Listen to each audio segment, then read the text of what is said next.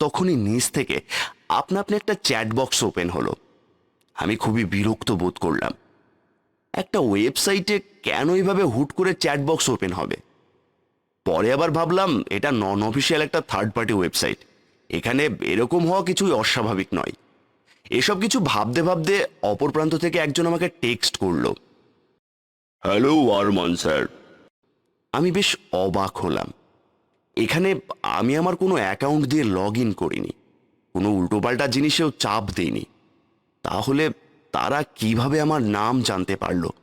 এরপর আমি তাকে বললাম, জি বলুন স্যার, আমাদের এখানে আজকে রাত 3টেয় একটা ভৌতিক লাইভ ফিল্ম দেখানো হবে। আজকে যারা যারা আমাদের ওয়েবসাইট থেকে হরর ফিল্ম দেখছিল, আমরা তাদের সবাইকে ইনভাইট করেছি। আপনিও একটা হরর ফিল্ম দেখছিলেন, তাই আপনাকেও জানালাম। আচ্ছা, তো ওটা কি প্রিমিয়াম? জি স্যার, আমি আপনাকে কিছু ডিসকাউন্টও দিতে পারি। টিকিটের মূল্য $5, আপনি $3 দিলেই হবে। এটা আমার পক্ষ থেকে আপনার জন্য বিশেষ অফার। আমি চিন্তা করতে লাগলাম, এই ওয়েব ফিল্মে কি দেখাবে? আমাকে জীবনে প্রথম কেউ এরকম কিছুর জন্য ইনভাইট করলো। হয়তো অনেক মজার কিছু হবে, কিন্তু যদি বোরিং লাগে তাহলে তো পুরো টাকাটাই লস।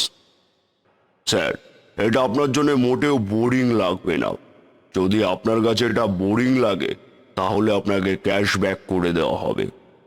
আমার চোখ এই লেখাটার দিকে পড়তেই আমার পাশ দিয়ে আচমকা কেমন যেন একটা ঠান্ডা বাতাস বয়ে গেল।